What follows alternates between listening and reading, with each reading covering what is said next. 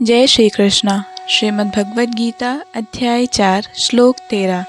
चातुर्वर्ण्यं मया सृष्टं गुण कर्म विभागशः तस्य कर्तारमपि मां विधेय कर्तारं व्ययम्। प्रकृति के तीनों गुणों और उनसे संबद्ध कर्म मेरे द्वारा मानव समाज के 4 विभाग रचे गए। यद्यपि मैं इस व्यवस्था का सृष्टा हूँ, किंतु तुम यह जान लो कि मैं पर भी अव्यय करता हूँ। तात्पर्य: भगवान प्रत्येक वस्तु के सृष्टा हैं। प्रत्येक वस्तु उनसे उत्पन्न है, उनके ही द्वारा पालित है और प्रलय के बाद प्रत्येक वस्तु उन्हीं में समा जाती है। अतः वे ही वर्णा आश्रम व्यवस्था के सृष्टा हैं, जिसमें सर्वप्रथम बुद्धिमान मनुष्यों का वर्ग आता है, जो सतोगुणी होने के कारण ब्राह्मण कहलाते हैं। द्वितीय वर्ग प्रशासक वर्ग का है, जिन्हें रजोगुणी होने के कारण क्षत्रिय कहा जाता है। वणिक वर्ग या वैश्य कहलाने वाले लोग रजो तथा तमोगुण के मिश्रण से युक्त होते हैं और शूद्र या श्रमिक वर्ग के लोग तमोगुणी होते हैं। मानव समाज के इन 4 विभागों की सृष्टि करने पर भी भगवान कृष्ण इनमें से किसी विभाग में नहीं आते, क्योंकि वे उन बद्ध जीवों में से नहीं हैं जिनका एक अंश मानव समाज के रूप में है। मानव समाज भी किसी अन्य पशु समाज के तुल्य है, किंतु मनुष्यों को पशु स्तर से ऊपर उठाने के लिए ही उपयुक्त वर्णा आश्रम की रचना की गई, जिससे क्रमिक रूप से कृष्ण भावनामृत विकसित हो सके।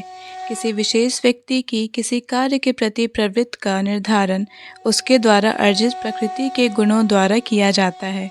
गुणों के अनुसार जीवन के लक्षणों का वर्णन इस ग्रंथ के 18वें अध्याय में हुआ है, किंतु कृष्ण भावना भवित व्यक्ति ब्राह्मण से भी बढ़कर है।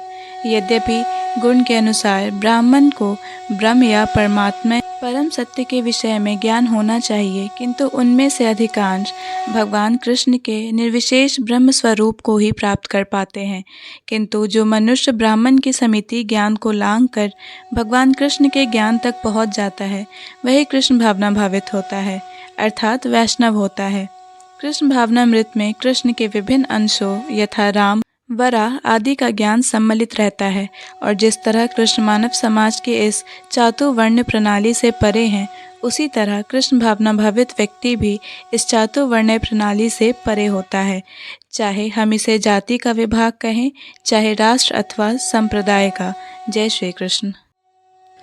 सभी बंधुओं से विनम्र निवेदन है कि श्रीमद् भगवद गीता के श्लोकों को कृपया शेयर कर ज़्यादा से ज़्यादा लोगों तक पहुंचाएं, क्योंकि श्रीमद् भगवद गीता सनातन धर्म का एक प्रमुख ग्रंथ है, जो मानव जीवन के संपूर्ण धर्म दर्शन को सर्वश्रेष्ठ रूप से प्रस्तुत करता है।